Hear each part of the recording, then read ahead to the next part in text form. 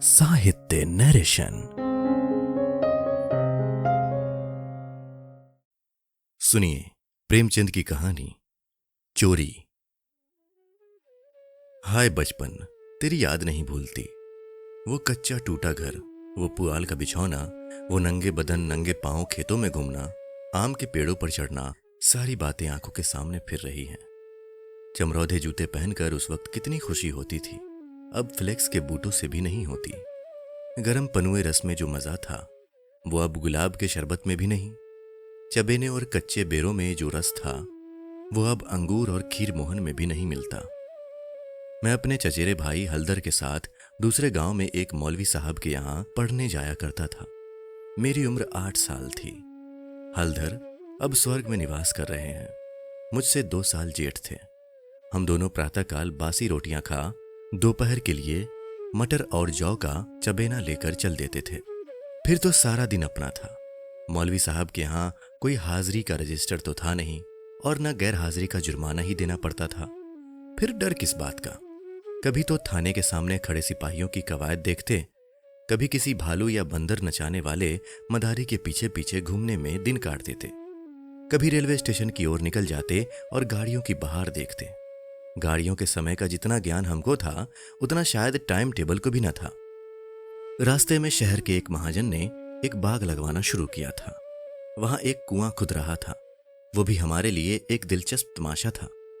बूढ़ा माली हमें अपनी झोपड़ी में बड़े प्रेम से बैठाता था। हम उससे झगड़ झगड़ कर उसका काम करते। कहीं बाल्टी लिए पौधों को सींच रहे हैं, कहीं खुरपी से क्यारियां गोड़ रहे हैं, कहीं कैंची से बेलों की पत्तियां छाट रहे हैं। उन कामों में कितना आनंद था। माली बाल प्रकृति का पंडित था। हमसे काम लेता पर इस तरह मानो हमारे ऊपर कोई एहसान कर रहा है। जितना काम वो दिन भर में करता हम घंटे भर में निपटा देते थे। अब वो माली नहीं है, लेकिन बाग हरा भरा है।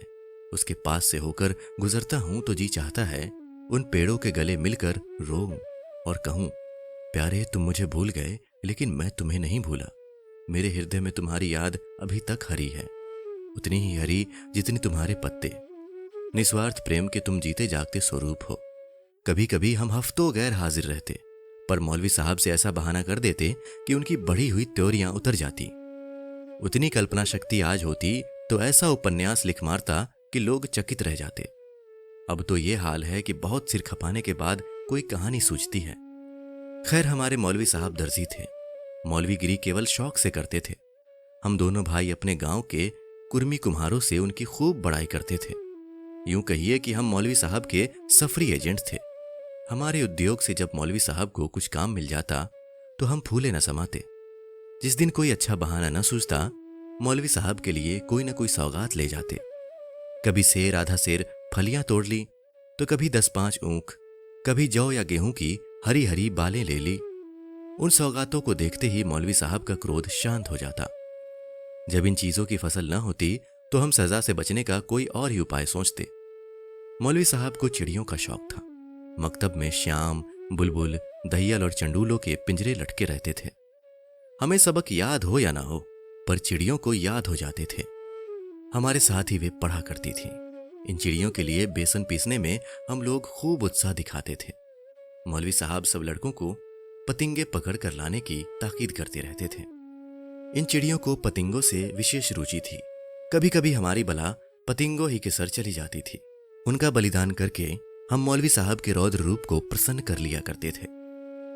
एक दिन सवेरे हम दोनों भाई तालाब में मुंह धोने गए। हलधर ने कोई सफेद सी चीज मुट्ठी में लेकर दिखाई। मैंने लपक कर मुट्ठी खोली तो उसमें 1 रुपया था। विस्मित होकर पूछा, ये रुपया तुम्हें कहां से मिला?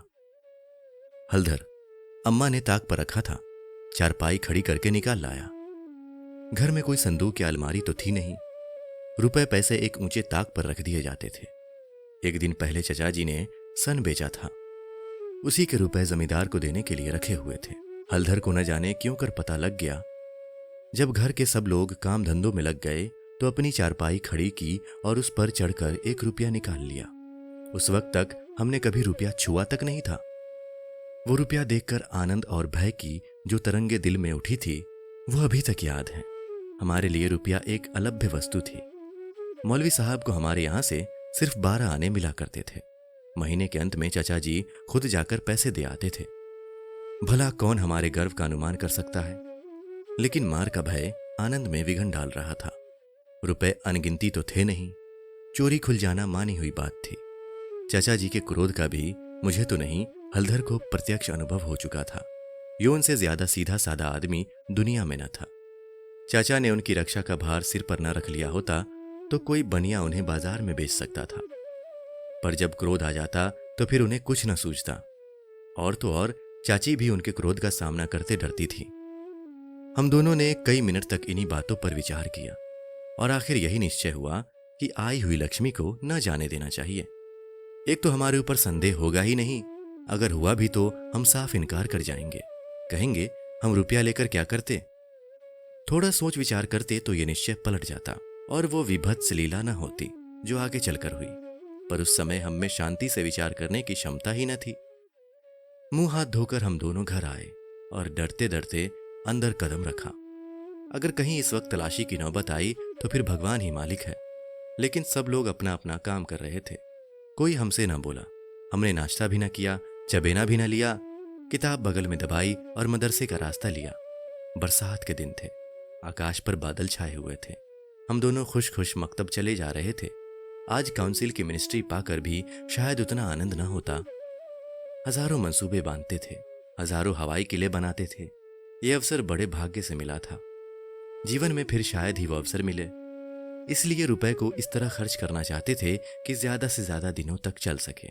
यद्यपि उन दिनों 5 आने सेर बहुत अच्छी मिठाई मिलती थी और शायद आधा सेर मिठाई में हम दोनों अफर जाते। लेकिन यह ख्याल हुआ कि मिठाई खाएंगे तो रुपया आज ही गायब हो जाएगा। कोई सस्ती चीज खानी चाहिए जिसमें मजा भी आए, पेट भी भरे और पैसे भी कम खर्च हों। आखिर अमरूदों पर हमारी नजर गई। हम दोनों राजी हो गए। 2 पैसे के अमरूद लिए। सस्ता समय था, बड़े बड़े 12 अमरूद मिले। हम दोनों के कुर्तों के दामन भर गए। जब हलधर ने खटकिन के हाथ में रुपया रखा तो उसने संदेह से देखकर पूछा, रुपया कहां पाया लाला, चुरा तो नहीं लाए? जवाब हमारे पास तैयार था। ज्यादा नहीं तो 2-3 किताबें पढ़ ही चुके थे। विद्या का कुछ कुछ असर हो चला था। मैंने झट से कहा, मौलवी साहब की फीस देनी है। घर में पैसे न थे तो चचा जी ने रुपया दे दिया। इस जवाब ने खटकिन का संदेह दूर कर दिया। हम दोनों ने एक पुलिया पर बैठकर खूब अमरूद खाए। मगर अब 15.5 आने पैसे कहां ले जाएं? 1 रुपया छिपा लेना तो इतना मुश्किल काम न था। पैसों का ढेर कहां छिपता? न कमर में इतनी जगह थी और न जेब में इतनी गुंजाइश। इन्हें अपने पास रखना चोरी का ढिंढोरा पीटना था। बहुत सोचने के बाद यह निश्चय किया कि 12 आने तो मौलवी साहब को दे दिए जाएं, शेष 3.5 आने की मिठाई उड़े। ये फैसला करके हम लोग मकतब पहुंचे। आज कई दिन के बाद गए थे। मौलवी साहब ने बिगड़ कर पूछा, इतने दिन कहाँ रहे? मैंने कहा, मौलवी साहब घर में गमी हो गई। ये कहते कहते 12 आने उनके सामने रख दिए। फिर क्या पूछना था? पैसे देखते ही मौलवी साहब की बाँछें खिल गईं। महीना खत्म होने में अभी कई दिन बाकी थे। साधारणतः महीना चढ़ जाने और बार बार तकाजे करने पर कहीं पैसे मिलते थे। अब की इतनी जल्दी पैसे पाकर उनका खुश होना कोई अस्वाभाविक बात न थी। हमने अन्य लड़कों की ओर सगर्व नेत्रों से देखा, मानो कह रहे हो, एक तुम हो कि मांगने पर भी पैसे नहीं देते, एक हम हैं कि पेशगी देते हैं। हम अभी सबक पढ़ ही रहे थे कि मालूम हुआ आज तालाब का मेला है। दोपहर में छुट्टी हो जाएगी, मौलवी साहब मेले में बुलबुल लड़ाने जाएंगे।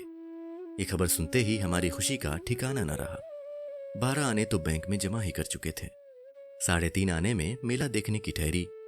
खूब बाहर रहेगी, मजे से रेवड़ियां खाएंगे, गोलगप्पे उड़ाएंगे, झूले पर चढ़ेंगे और शाम को घर पहुंचेंगे। लेकिन मौलवी साहब ने एक कड़ी शर्त ये लगा दी थी कि सब लड़के छुट्टी के पहले अपना अपना सबक सुना दें। जो सबक न सुना सकेगा उसे छुट्टी न मिलेगी। नतीजा ये हुआ कि मुझे तो छुट्टी मिल गई, पर हलधर कैद कर लिए गए और कई लड़कों ने भी सबक सुना दिए थे। वे सभी मेला देखने चल पड़े। मैं भी उनके साथ हो लिया।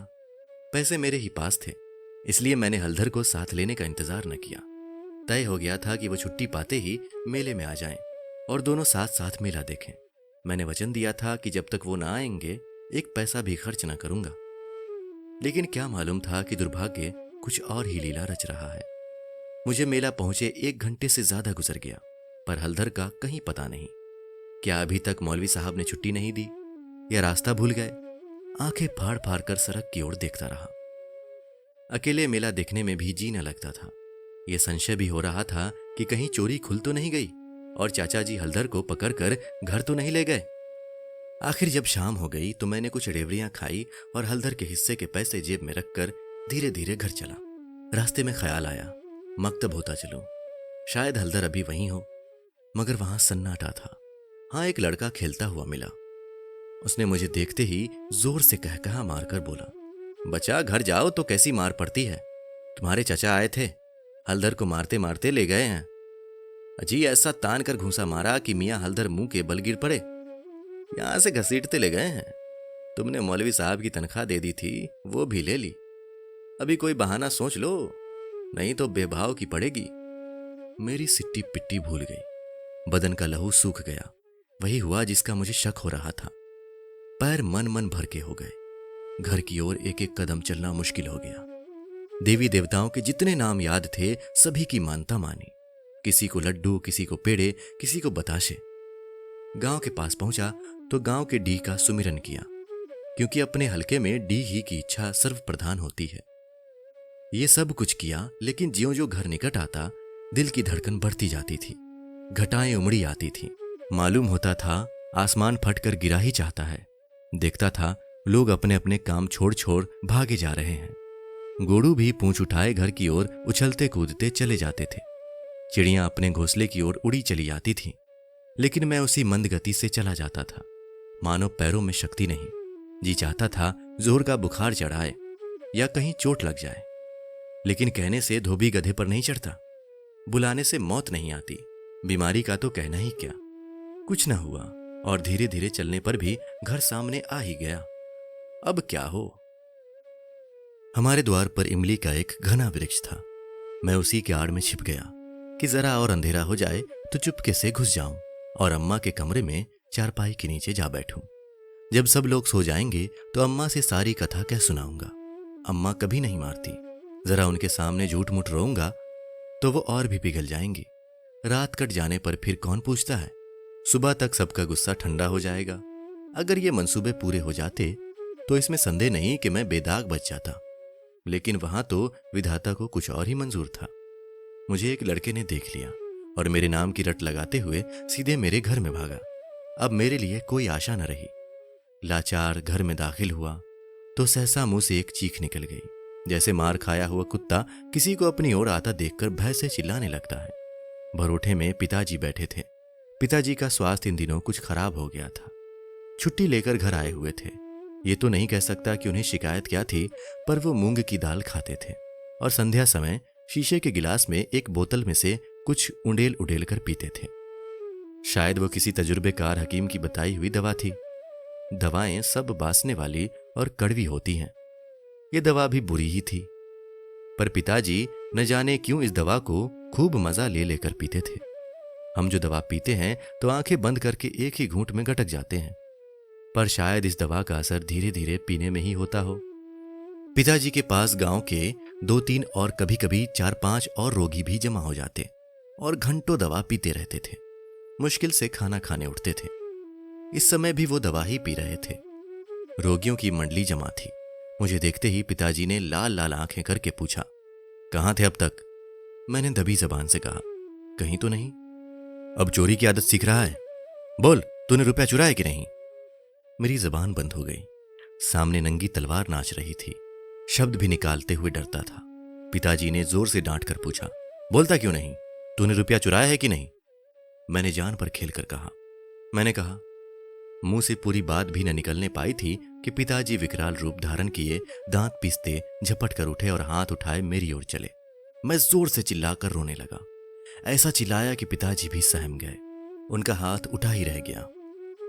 शायद समझे कि जब अभी से इसका ये हाल है तब तमाचा पड़ जाने पर कहीं इसकी जान ही न निकल जाए। मैंने जो देखा कि मेरी हिकमत काम कर गई तो और भी गला फाड़ फाड़ कर रोने लगा। इतने में मंडली के 2-3 आदमियों ने पिताजी को पकड़ लिया और मेरी ओर इशारा किया कि भाग जा। बच्चे ऐसे मौके पर और भी मचल जाते हैं और व्यर्थ मार खा जाते हैं। मैंने बुद्धिमानी से काम लिया, लेकिन अंदर का दृश्य इससे कहीं भयंकर था। मेरा तो खून सर्द हो गया। हलधर के दोनों हाथ एक खंभे से बंधे थे। सारी देह धूल धूसरित हो रही थी और वो अभी तक सिसक रहे थे। शायद वो आंगन भर में लोटे थे। ऐसा मालूम हुआ कि सारा आंगन उनके आंसुओं से भर गया है।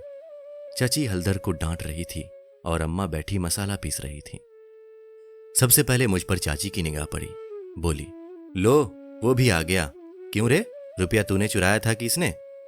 मैंने निशंक होकर कहा, हलधर ने। अम्मा बोली, अगर उसी ने चुराया था तो तूने घर आकर किसी को कहा क्यों नहीं? अब झूठ बोले बगैर बचना मुश्किल था। मैं तो समझता हूं कि जब आदमी को जान का खतरा हो तो झूठ बोलना क्षम्य है। हलधर मार खाने के आदी थे। 2-4 घूंसे और पड़ने से उनका कुछ न बिगड़ सकता था। मैंने मार कभी न खाई थी। मेरा तो 2 ही 4 घूंसों में काम तमाम हो जाता। फिर हलधर ने भी तो अपने को बचाने के लिए मुझे फंसाने की चेष्टा की थी। नहीं तो चाची मुझसे ये क्यों पूछती, रुपया तूने चुराया हलधर ने? किसी भी सिद्धांत से मेरा झूठ बोलना इस समय अस्तुत्य नहीं तो क्षम्य जरूर था। मैंने छूटते ही कहा, हलधर कहते थे किसी से बताया तो मार ही डालूंगा। अम्मा, देखा वही बात निकली ना। मैं तो कहती थी कि बच्चा की ऐसी आदत नहीं, पैसा तो वो हाथ से छूता ही नहीं, लेकिन सब लोग मुझी को उल्लू बनाने लगे। हलधर, मैंने तुमसे कब कहा था कि बताओगे तो मारूंगा? मैं, वहीं तालाब के किनारे तो। हलधर, अम्मा बिल्कुल झूठ है। चाची, झूठ नहीं सच है। झूठा तो तू है और तो सारा संसार सच्चा है। तेरा नाम निकल गया है ना। तेरा बाप नौकरी करता, बाहर से रुपए कमा लाता, 4 जने उसे भला आदमी कहते तो तू भी सच्चा होता। अब तो तू ही झूठा है। जिसके भाग में मिठाई लिखी थी उसने मिठाई खाई, तेरे भाग में तो लात खाना ही लिखा था। ये कहते हुए चाची ने हलधर को खोल दिया और हाथ पकड़कर भीतर ले गई।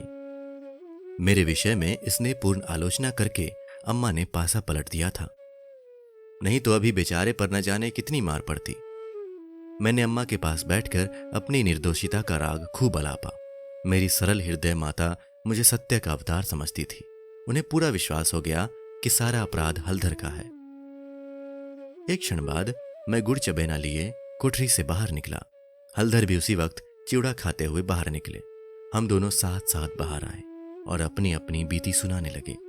मेरी कथा सुखमय थी, हलधर की दुखमय, पर अंत दोनों का एक था, गुड़ और चबेना। तो दोस्तों, अभी आप सुन रहे थे मुंशी प्रेमचंद की कहानी चोरी।